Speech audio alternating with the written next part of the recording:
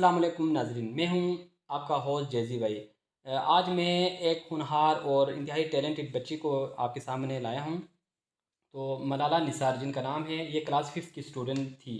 तो class 5th में इन्होंने माशाल्लाह जो गिलगित बल्तिस्तान के एलिमेंट्री बोर्ड हैं उसमें इनकी पोजीशन होल्डर हैं। अगर इनकी आप स्टडी बैकग्राउंड देखें तो डिफरेंट क्लासेस में इनके अच्छे पोजीशन आते रहे हैं। इन्होंने काफ़ी अवार्ड्स जीते और इनके आप जिस मर्जी टीचर से मिलें वो जो है ना इनको काफ़ी अप्रिशिएट कर लेते हैं। इनकी हर चीज़ मतलब परफेक्ट बताते हैं, ये टैलेंटेड हैं, मतलब जो भी एक अच्छे स्टूडेंट में होनी चाहिए वो सारी चीज़ें बताते हैं। अस्सलाम वालेकुम मलाला। वालेकुम सलाम। मलाला बेटा, आप मुझे ये बताएं कि आप जिस तरह आप पोजीशन आते हैं, बाकी भी आपके क्लासेस में भी पोजीशन आते रहें, तो आप मुझे सबसे पहले ये बताएं कि आप ये जो पोजीशन है इनका क्रेडिट आप किसको देना चाहेंगे?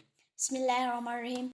क्रेडिट अल्लाह ताला को दूंगी और अल्लाह ताला की मैं शुक्रगुजार हूँ जिन्होंने मुझे इस काबिल बनाया कि मैंने अच्छे नंबर स्कोर किए। इसके बाद दूसरा क्रेडिट मैं अपने वालिदैन को दूंगी जिन्होंने मुझे घर के कामों से दूर रखा और मुझे अपनी पढ़ाई पर तवज्जो करने को कहा।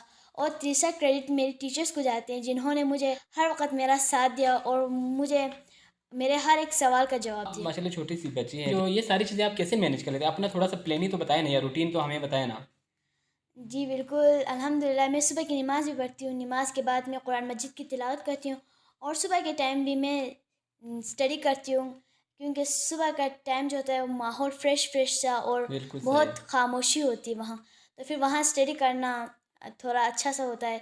तो फिर उसके बाद मैं नाश्ता करती हूँ। नाश्ते के बाद मैं स्कूल के लिए रेडी हो जाती हूँ और रेडी होने के बाद मैं स्कूल चली जाती हूँ। स्कूल से मैं 2:30 बजे घर वापस आती हूँ और उसके बाद मैं लंच करती हूँ। लंच के बाद मेरा स्टडी टाइम फिर से स्टार्ट होता है और स्टडी टाइम मेरा 4 बजे तक ख़त्म होता है और 4 बजे से मेरा 5 बजे तक मेरा तो मदरसे में गुजर जाता है इतना टाइम।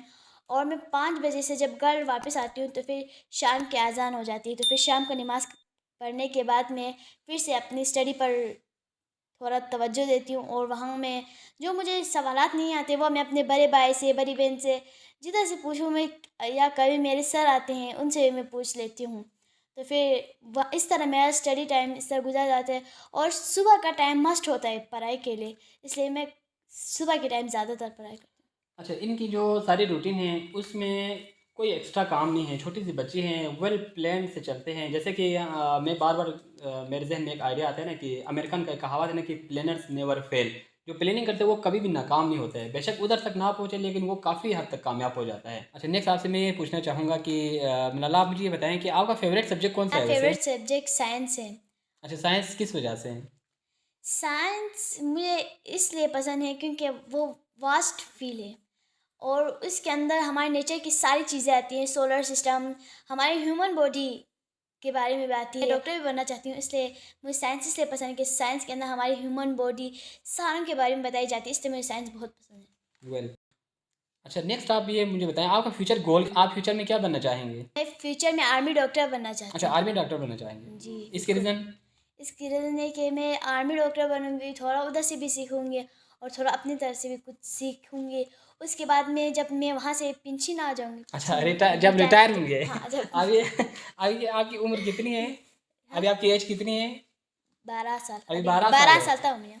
अभी 11 साल की बच्ची है, और जब ये रिटायर होंगे तो फिर क्या करेंगे जब रिटायर जब होंगे तो? जब मैं रिटायर होंगी तो फिर मैं गरीबों के लिए एक अलग सा हॉस्पिटल तैयार करूँगी और वहाँ गरीबों के लिए मुफ्त इलाज करूँ। मैं इसके लिए क्लैपिंग करता हूँ।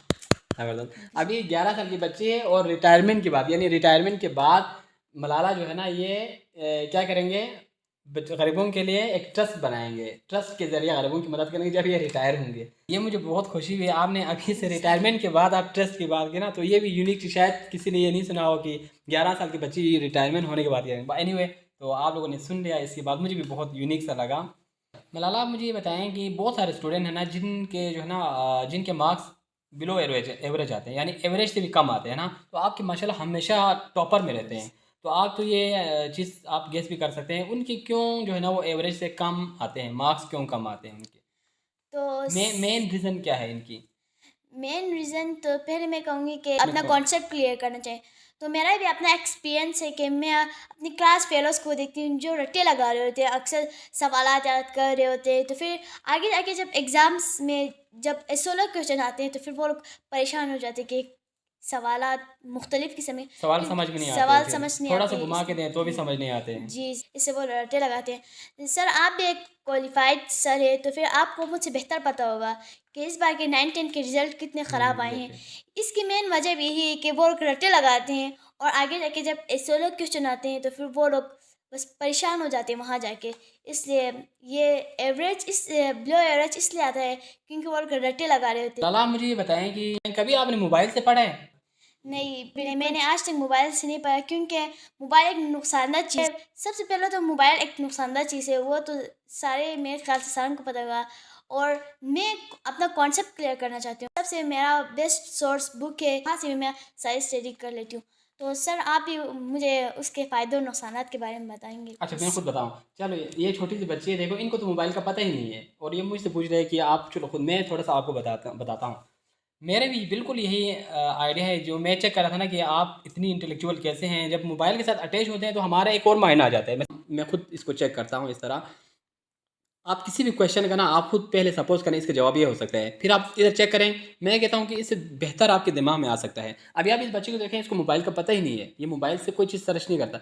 ये इनका कहना है कि best source is only book, और बुक किताब जो है ना वो सबसे बेस्ट सोर्स है। तो आप भी, मेरा मेरा यही मशवरा है आप लोगों से भी, ये बच्ची का भी ये मशवरा है कि आप लोगों को, हम दोनों की तरफ से एडवाइस है कि आप लोग प्लीज़ किताब को पढ़ें, ना कि मोबाइल का ज़्यादा इस्तेमाल करें। मोबाइल एक नुकसानदेह चीज़ है, हम इसकी तरफ ज़्यादा नहीं जाएंगे। इसके लिए हम किसी दिन स्पेशल आपको वीडियो बना के भेजेंगे।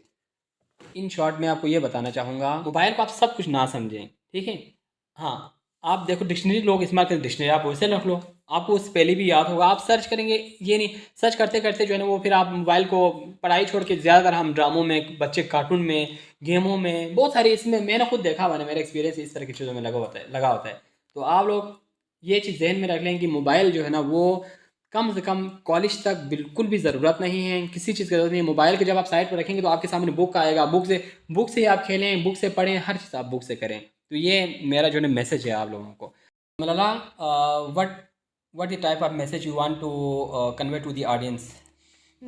My message is that education is the most powerful weapon which you can use to change the world. Education एक ऐसा हथियार है जिसके ज़रिए आप लोग पूरी दुनिया को चेंज कर सकते हैं। अपने इल्म को इस्तेमाल करते हुए हम पूरी दुनिया को चेंज कर सकते हैं। Thank you so much. तो इसी के साथ हम दोनों को इजाज़त दीजिए। अल्लाह अल्लाह हाफिज़। हाफिज़।